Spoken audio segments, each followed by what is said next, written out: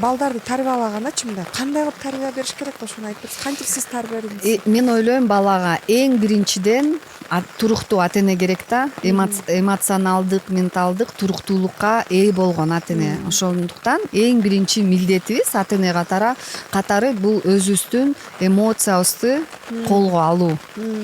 Балага көрсөтпөө ошол эң кыйын, бирок бул эң башкы милдетибиз. Анткени ошондо балдарыбыз өздөрү да туруктуу болот. Кыйкырыкка өтпөйт, ыйлап жибербейт, бирөө менен мушташып баштабайт. Анткени биз эмнени көрсөк, балдар так ошону эле кайталап берет да. Биз баладан эмнени күтсөк, ошону биринчи өзүбүздө тарбиялап өстүрүшүбүз керек.